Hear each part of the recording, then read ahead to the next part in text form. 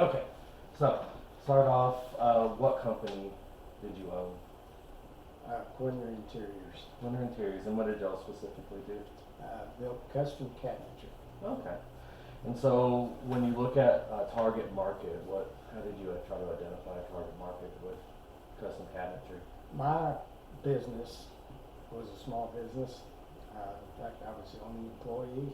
Oh, And so I worked better working for individuals rather than doing large jobs. So I targeted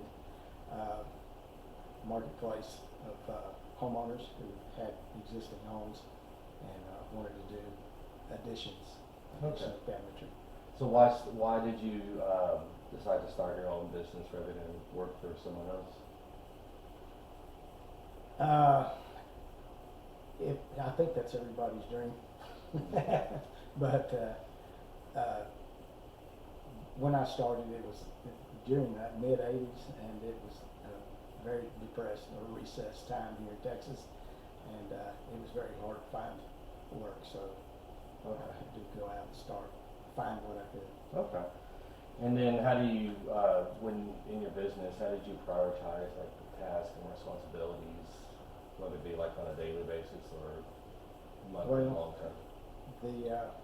The main goal was to first of all get the jobs, and then to secure a down payment and make sure that contracts were signed and whatnot. Then the third task was to make sure that I had material to work with and to just get the job done. Okay. And with innovation, how did you, either encourage it with your company, or why do you think it's important to have innovation? Well, innovation is always, well, not always, but usually in industry of any sort is a good deal. It saves time.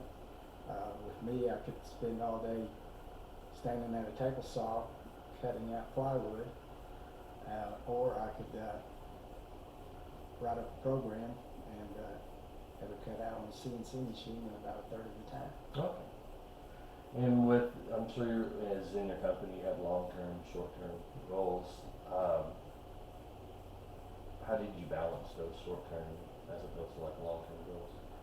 Well, the short-term goals were basically to get jobs done in a timely fashion. My long-term goal was mostly just to still be operating in another 2 or 3 years. Okay. Yes. And with communication, how effective or why was it effective to have important communication? Well, customers always want to know. They want communication on if they're, no matter what, if anything takes more than just a few days. I'm the same way when I hire someone to do something for me. I want to know where they're at, when it's going to get done, and what to expect. Okay. And when you approach like hiring people for your company, why was it important to try to find the right person? Well, I was a one-man operation, but I was associated with another company that did business in the same building as me. So I can tell you from their experiences that if you don't have the right person doing the right job, it's very ineffective, inefficient, and they usually didn't stick around very long. Okay. And networking, why was that important? Well, it's always important to be coordinated with other individuals, and being in the construction industry, it was important to know other people in the industry, just to be in the know. Word of mouth, recommendations for either way, it works. Okay. And with risk management in your business, how did you approach that? Well, there was a time where there was no management at all for risky things. Desperate people do desperate things, but that's probably not even what you're asking for. But you've got to there's always risk involved with any kind of reward. Okay.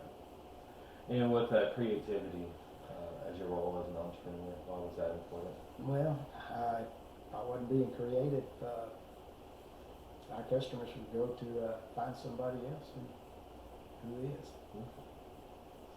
As opposed, what is, how do you approach time management, or why was it important to maintain like a healthy work-life balance as an entrepreneur?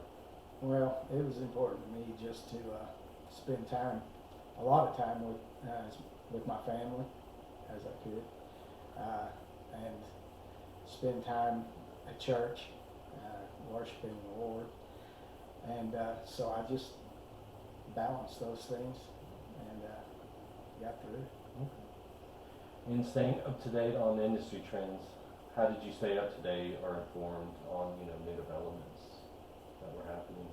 Back then, magazines, emails and websites, things like that. And so how did you measure, or how do you measure success with, marketing, advertising, or do you, is it important to track those in your business? Sure. Knowing what works is important. There's so many different ways of to manage a business, and you just find what's right for you. Okay. And with goal setting and goal achievement, why is it important to set those clear and measurable goals? If you don't set goals, both short and long, you may not go anywhere. You always have to have a carrot dangled in front of your face in order to take that next step. And I found if you don't, a year or two goes by, you look around and nothing's happening. You haven't advanced. Mm-hmm. Good. And last, but not least, right, why is it important to give back to the community, and how did you approach that in your business? Well, your community is basically the extension of your family, and you do what you can. If you see somebody in need, you help them out. I would expect the same thing from someone else. Well, thank you very much. Appreciate it. You're welcome.